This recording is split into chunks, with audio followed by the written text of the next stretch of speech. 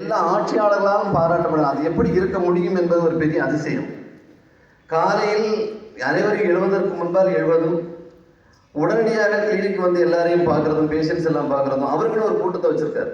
நான் போகும்போது கூட நான் காத்திருந்து தான் அவரை பார்த்தேன். அது ஒரு ஆச்சரியமான ஒரு நிகழ்வு.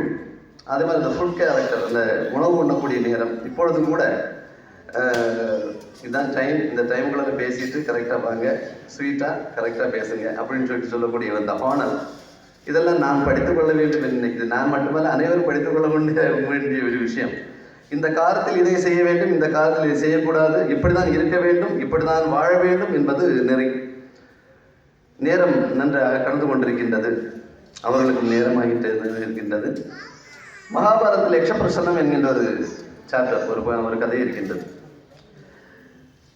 தர்மன் பீமன் சம்பந்தப்பட்ட இந்த சகோதரர்களை அழைத்துக் கொண்டு தர்மன் காட்டிற்குள் ஓடிக்கொண்டிருக்கின்றான். தாகம் பிடிக்கின்றது.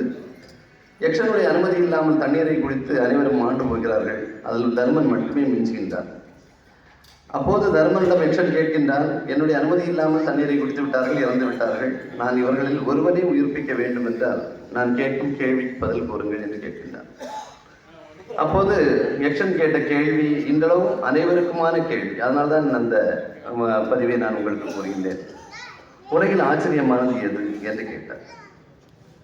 தர்மன் கூறினான், நாளை இறந்து விடுவோம், நாம் சம்பாதித்த அத்தனையும் சென்றுவிடும், நாம் இந்த உலகத்தை விட்டு மிக கலந்து போய்விடுவோம், நம்முடைய நினைவு கூட அனைவருக்கும் இருக்காது என்று தெரிந்திருந்தும் கூட நாம் எவ்வளவு சம்பாதிப்போம், எவ்வளவு வீடு வைப்போம், எத்தனை கார் வாங்குவோம், எத்தனை பேரை ஏமாற்றலாம்னு பிளான் பண்ணி ஆச்சரியக்கூடிய மனிதனே உலகத்தில் மிகப்பெரிய ஆச்சரியம் என்று கூறினான் தர்மன்.